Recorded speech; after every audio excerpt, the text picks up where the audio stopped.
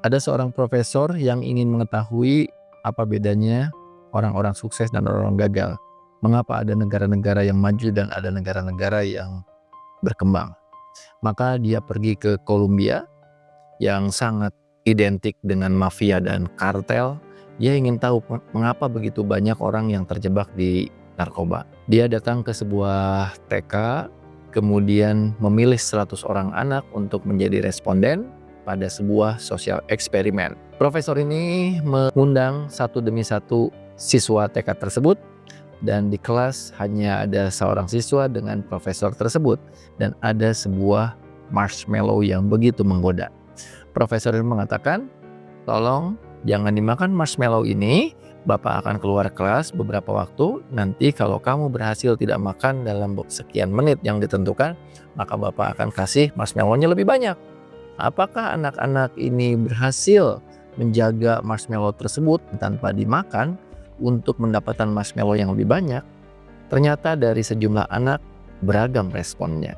Ada yang saat ditinggalkan langsung dimakan. Ada yang ditinggalkan dia pikir-pikir dulu ya, karena dia tahu bahwa jangan dimakan, tapi akhirnya tidak terkuat dengan godaan, akhirnya makan juga. Ada yang sampai detik-detik terakhir sudah nggak kuat, hampir menang, hampir berhasil, tapi akhirnya dimakan juga. Hanya sedikit orang-orang yang sampai terakhir tidak memakannya, sampai profesor datang lagi, kamu hebat bisa menahan diri, kamu dapat marshmallow yang berikutnya. Sekitar 20 tahun kemudian, anak-anak yang sama dicek lagi oleh profesor tersebut. Menarik sekali, ternyata anak-anak yang gagal di detik-detik pertama, mereka hidupnya kacau balau karena mereka tidak mampu menahan godaan. Ada yang menawari narkoba, dia begitu saja langsung tergoda, kemudian dia menjadi pengedar, menjadi pengguna, menjadi pengedar, dan akhirnya mungkin menjadi bandar. Sementara orang-orang yang berhasil menahan diri beberapa waktu walaupun akhirnya gagal, mereka menjadi orang-orang yang biasa, menjadi seorang mahasiswa biasa, pengusaha biasa, guru biasa, pokoknya manusia rata-rata, tidak ada istimewanya. Dan sebagian kecil yang akhirnya pada percobaan 20 tahun sebelumnya mereka berhasil menahan godaan, ternyata mereka tumbuh menjadi orang-orang sukses karena mereka begitu punya daya tahan terhadap beragam godaan di sekitar kehidupan. Dari cerita tadi maka muncullah satu teori tentang apa sebetulnya kunci kesuksesan. Apa kuncinya? Saya akan sampaikan di segmen berikutnya. Dengarkan, rasakan, ayo mulai. Topi Amelie yuk menginspirasi. Dari eksperimen tadi, sang profesor menyimpulkan sebuah formula sukses yang tidak tergantikan, yaitu adalah the key of success is the ability to delay instant gratification. Jadi kunci sukses yang tidak tergantikan adalah kemampuan untuk menunda kesenangan yang instan, kesenangan sesaat, demi untuk tujuan jangka panjang. Dan ini menjadi sebuah formula sukses yang digunakan di mana-mana, termasuk di Korea Selatan. Anak-anak TK diajarkan tentang ilmu marshmallow ini. Jadi dengan ilustrasi marshmallow ini mereka diberikan pemahaman bahwa jika ingin sukses di masa depan, mereka harus membangun ketahanan terhadap godaan. Ya, jadi ketahanan terhadap godaan itu adalah kemampuan untuk mencapai sukses. Nah, menurut sebuah survei disebutkan bahwa di dunia ini ada 3 jenis manusia. Dari hal kemampuan daya tahan, daya juang, dan melawan godaan. Yang pertama adalah tipe quitters. Jumlah populasi tipe quitters ini sekitar 18% dari populasi dunia, yaitu orang-orang yang belum mencoba sudah mundur. Jadi orang-orang yang tidak punya daya juang sama sekali. Di detik-detik pertama mereka sudah kalah oleh godaan. Mereka sudah lupa pada tujuan utama, mereka lebih mencari kesenangan-kesenangan sesaat. Jika misalnya besoknya harus ujian, tetapi ada teman-teman yang ngajak main games, maka dia main game karena main game terlihat menarik dan itu memberikan dopamin dalam waktu yang singkat. Sementara untuk belajar itu perlu effort yang besar dan mungkin mendapatkan gratification-nya, hasil yang memuaskan setelah ujiannya perlu waktu lama. Ya, sementara dalam games langsung mendapatkan reward yaitu dopamin, mendapatkan misalnya badge, mendapatkan apapun di dalam games tersebut. Itu tipe quitters sekitar 18%. Mudah-mudahan Anda bukan tipe quitters. Nah, tipe kedua adalah tipe campers. Tipe campers adalah orang-orang yang berani mencoba sesuatu, menghadapi tantangan, menjalani ujian, tetapi di tengah-tengah ketika mereka mengalami kesulitan, mereka langsung putus asa dan mundur. Mereka kembali lagi ke pos awal. Mereka tidak kuat dengan tantangan dan ujian yang menurut mereka lebih besar dari kemampuannya. Nah, sehingga jenis ini adalah orang-orang yang punya effort ya, tetapi tidak punya daya tahan dan mereka akhirnya tergoda oleh kenyamanan. Dan ini jumlah populasi di dunia ini sekitar 54%. Ini adalah terbesar tipe-tipe orang campers ini. Misalnya, mungkin di sebagian Anda ada yang sudah mencoba bisnis, tetapi ketika mengalami bisnis itu, oh ternyata tidak semudah yang dibayangkan, akhirnya dia mundur.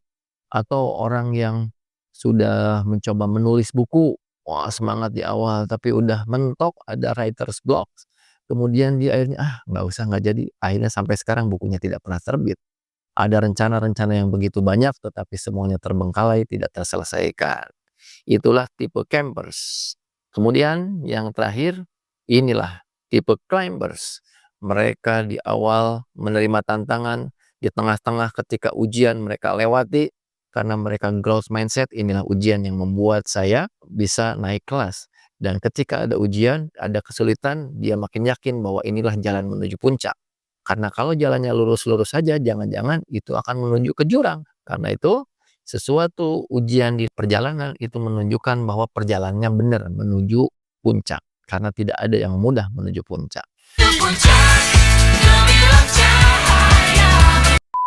Dan tipe climbers ini jumlahnya di bawah 30%, sekitar 28%. Jadi dari populasi total manusia, di puncak karir itu tidak lebih dari 30%. Sisanya mereka di punggung gunung, kemudian di kaki gunung, mereka tidak pernah mencoba untuk naik ke puncak gunung. Itulah tipe climbers ya. Dalam bukunya Grit, Angela Duckworth meneliti sejumlah high performers, para atlet tingkat dunia, kemudian orang-orang sukses, CEO-CEO. Ternyata kebanyakan dari mereka, apa yang mereka dapatkan, prestasi yang mereka raih, itu bukan dari bakat, melainkan dari effort, upaya. Dan dia merumuskan konsep grit. Grit adalah kombinasi dari passion dan perseverance. Jadi antara minat yang kuat dengan konsistensi menghadapi berbagai godaan dan tantangan. Jadi perseverance itu adalah kemampuan kita untuk melawan godaan-godaan di sekitar kita, gitu. Kemudian dia juga membuat sebuah rumus, apa hubungannya talent, effort dengan achievement atau hasil.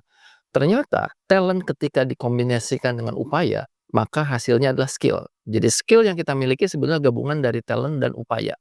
Nah, menariknya adalah achievement atau prestasi yang kita raih itu adalah gabungan dari skill dan effort. Jadi talent tambah effort, ini effort ya, sama dengan skill. Tetapi achievement juga adalah effort digabungkan dengan skill. Jadi effort itu 2 kali. Jadi baik untuk mendapatkan achievement itu ada effort. Untuk mendapatkan skill ada effort. Sehingga effort ini memiliki peran yang sangat besar. Talent oke, berkontribusi tapi sangat kecil, tapi effort lah yang besar. Skill memang itu berkontribusi, tetapi effort juga menjadi syarat untuk mendapatkan prestasi. Karena banyak orang-orang yang punya skill musik tetapi effortnya kurang, dia tidak menjadi musisi hebat. Jadi effort ini dalam grit, dalam menentukan sebuah achievement yang besar, itu ternyata effort menempati posisi yang sangat sentral. Dan ini sudah dibuktikan dari riset 20 tahun yang dilakukan oleh Angela Duckworth. Dalam bukunya Grit disebutkan bahwa hampir semua high performers, orang-orang hebat dan keren di dunia ini, menginvestasikan waktunya untuk effort yang maksimal agar bisa mencapai prestasi achievement yang tinggi.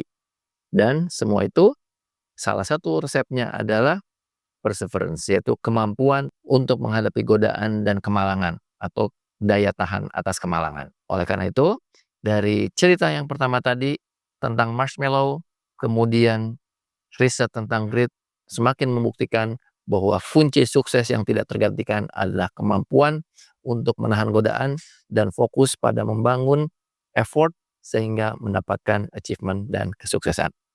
Di bagian akhir saya akan memberikan sebuah tips yang simple bagaimana kita menahan godaan dan bisa melewati berbagai tantangan untuk mencapai kesuksesan.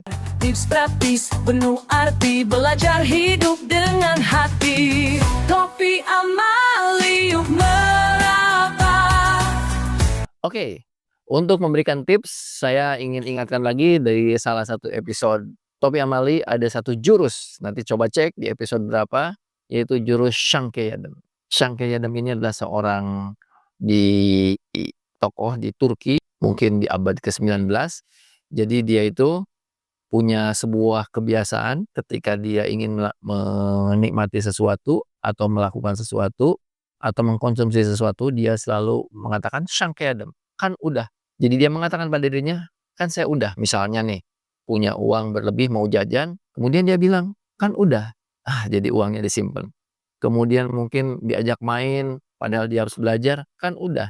Jadi dia memberikan afirmasi pada dirinya bahwa tidak usah melakukan itu karena dia bisa melakukan hal yang lebih bermanfaat. Ternyata dari jurus Shankayadam tersebut, Shankayadam adalah kata-kata dalam bahasa Turki yang artinya itu saya sudah merasakannya, begitu. Nah, sehingga setiap dia melakukan sesuatu yang itu berupa godaan, kan udah. Akhirnya dia berhasil mengumpulkan uangnya karena dia setiap mau membeli satu kan saya udah. Jadi tabungan. Akhirnya dia ketika meninggal berhasil mengumpulkan uang yang cukup untuk membangun sebuah masjid yang disebut dengan Masjid Shankayadam. Nah, tips ini bisa digunakan. Jadi setiap kali kita ada godaan untuk melakukan sesuatu, bilang saja pada diri kita, Shankayadam, kan udah kemarin. Mau scrolling, Shankayadam, kan udah. Mau main game, Shankayadam. Mau membeli makanan yang tidak sehat, Shankayadam. Jadi sehingga kita fokus pada tujuan kita, membangun konsistensi, investasi untuk effort, untuk mencapai prestasi kita di masa depan. Gunakan Shankayadam ini, mudah-mudahan Anda menjadi orang-orang yang bisa tipe-tipe climber sampai puncak dan berhasil menahan godaan sepanjang naik di perjalanan menuju puncak tersebut. Sampai ketemu di puncak dan di Topi Amali berikutnya.